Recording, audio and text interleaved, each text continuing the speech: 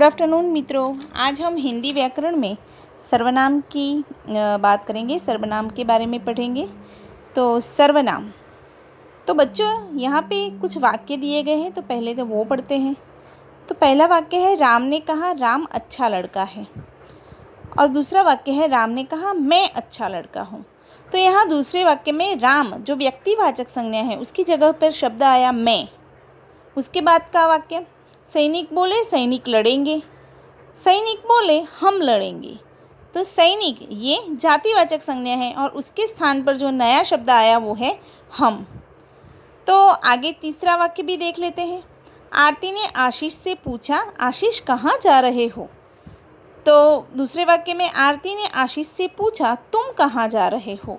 तो आशीष के स्थान पर तुम जो शब्द है वो है सर्वनाम। तो इस प्रकार सर्वनाम की परिभाषा देखी जाए तो वाक्य में संज्ञा के स्थान पर प्रयोग में आने वाले शब्द को सर्वनाम कहते हैं। इसका अर्थ है कि जो शब्द संज्ञा के स्थान पर प्रयोग में आता है, संज्ञा के स्थान पर लिया जाता है। जैसे आगे ऊपर के वाक्य में देखा, राम की जगह पर शब्द आया मैं, सैनिक की जगह पर शब्द आया हम, और आशीष की जगह हमने शब्द देखा तुम। तो ये मैं, हम, तुम ये सब सर्वनाम है। तो अब देखते हैं सर्वनाम के प्रकार। तो पहला है पुरुषवाचक सर्वनाम, दूसरा है निजवाचक सर्वनाम, तीसरा है निश्चयवाचक सर्वनाम, चौथा है अनिश्चयवाचक सर्वनाम, पांचवा है संबंधवाचक सर्वनाम और छठा है प्रश्नवाचक सर्वनाम। तो बेटा सबसे पहले देखते हैं पुरुषवाचक सर्वनाम को। तो बेटा पुरुषवाचक सर्वनाम के भी 3 प्रकार हैं। पहला है उत्तम पुरुष सर्वनाम, दूसरा है मध्यम पुरुष सर्वनाम और तीसरा है अन्य पुरुष सर्वनाम। तो उत्तम पुरुष के सामने आप लिख दीजिए कि बोलने वाला व्यक्ति। उत्तम पुरुष वो है जो बोलने वाला व्यक्ति है, वो हमेशा उत्तम पुरुष सर्वनाम का प्रयोग करता है। जैसे कि मैं, मैंने, मुझे, मुझसे, मेरे लिए, मेरा, मेरी और मेरे। ये सर्वनाम कौन अपने लिए जो बोलता है वो अपने लिए इन सर्वनाम का प्रयोग करता है। तो ये सारे हुए उत्तम पुरुषवाचक सर्वनाम। दूसरा है मध्यम पुरुष सर्वनाम। तो जो मध्यम पुरुष सर्वनाम है वो जिस व्यक्ति के बारे में बात हो रही होती है उसके लिए मध्यम पुरुष सर्वनाम का प्रयोग होता है। तो जिसकी आप बात कर रहे हैं उसके लिए कौन सा सर्वनाम आप प्रयोग में लेंगे।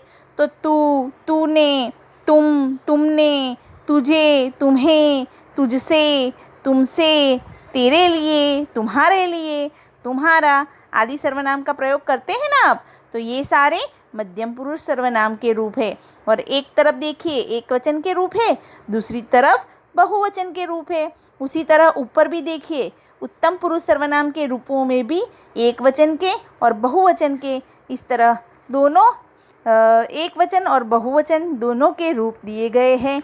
और आगे अन्य पुरुष मतलब तीसरी व्यक्ति। तो जिस व्यक्ति या जिन व्यक्तियों के बारे में बात की जाती है, मतलब 2 व्यक्ति बात कर रहे हैं किसके बारे में, तो तीसरी व्यक्ति के बारे में। तो वो अन्य व्यक्ति, तीसरी व्यक्ति जो है उनके नामों के बदले आने वाले सर्वनाम अन्य पुरुष सर्वनाम कहलाते हैं।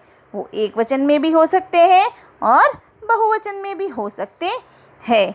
तो यहाँ पे देखिए एक वचन के रूप हम देखते हैं, यह, इसने, वह, उसने, इसे, उसने, इससे, उससे आदि एक वचन के रूप है। और बहुवचन के रूपों में ये, इन्होंने, इनसे, उनसे, इनके लिए, उनके लिए आदि बहुवचन के रूप है जो आप स्क्रीन पर देख सकते हैं। इस प्रकार देखा जाए तो उत्तम पुरुष के, मध्यम पुरुष के और अन्य पुरुष के ये सारे सर्वनाम अगर आपके वाक्य में कहीं हैं और उन्हें पहचानना है तो वो सारे पुरुषवाचक सर्वनाम है।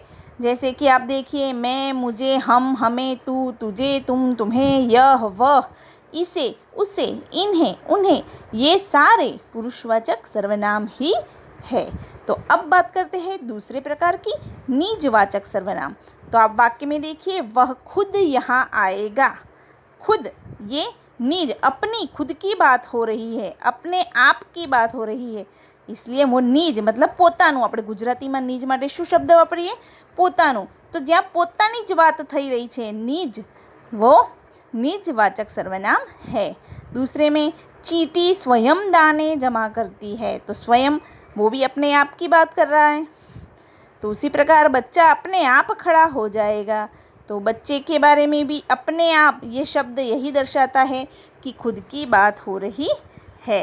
तो इस प्रकार वाक्य में पहले आई हुई संज्ञा या सर्वनाम के साथ निजता प्रकट करने वाले सर्वनाम को निजवाचक सर्वनाम कहते हैं, जो आपने ऊपर देखे जैसे खुद, स्वयं, आप आदि. अब देखते हैं निश्चयवाचक सर्वनाम. निश्चय मतलब तय, नक्की. गुजराती में આપણે કહીએ તો नक्की. तो उनके लिए वाक्य देखिए, यह कोकिला की किताब है, मतलब ये जो है वही कोकिला की किताब है. वह मेरा पड़ोसी है, तो वो जो खड़ा है वह मेरा पड़ोसी है. तीसरा, वे बहादुर आदमी है, तो इसमें यह, वह, वे जो आदि सर्वनाम है ना, उनसे निश्चित व्यक्ति या वस्तु का बोध होता है. निश्चयवाचक, इसलिए इन्हें निश्चयवाचक सर्वनाम हम कहते हैं. तो उसकी व्याख्या भी देख लेते हैं. परिभाषा, जिस सर्वनाम के द्वारा पास या दूर की किसी व्यक्ति या वस्तु का निश्चित रूप से बोध हो, उसे निश्चयवाचक सर्वनाम कहते हैं. तो आगे देखते हैं अनिश्चय. यहाँ पे कुछ निश्चय, ये शब्द ही बताता है कि कुछ नक्की नहीं है, कुछ तय नहीं है. तो अनिश्चयवाचक सर्वनाम को देखते हैं. दरवाजे पर कोई खड़ा है, कौन है? पता नहीं. पता नहीं यह किसकी किताब है, मतलब ये शब्द भी बताता है आपको कि किसकी किताब है, ये पता नहीं. आगे, प्रति के पास कुछ तो है, सॉरी प्रीति के पास कुछ तो है. प्रीति, इसके पास कुछ तो है, क्या है? पता नहीं. तो इस प्रकार ये अनिश्चयवाचक सर्वनाम है, क्योंकि जो सर्वनाम किसी निश्चित व्यक्ति या वस्तु का बोध नहीं कराता, उसे अनिश्चयवाचक सर्वनाम कहते हैं. उसके बाद संबंधवाचक सर्वनाम. संबंध, ये शब्द आप समझ सकते हैं, जो रिश्ता बताता है. दो शब्दों के बीच, दो वाक्यों के बीच कोई रिश्ता दर्शाता है, उसे हम संबंधवाचक सर्वनाम कहते हैं. तो यहाँ पे जिसका काम सबसे अच्छा होगा उसे इनाम मिलेगा, जो जन्म लेता है वह मरता है. तो यहाँ पे ऊपर के वाक्य में जिसका, उसे, जो, वह. तीसरे वाक्य में जो आप कहेंगे वह काम मैं कर दूंगा, तो जो और वह.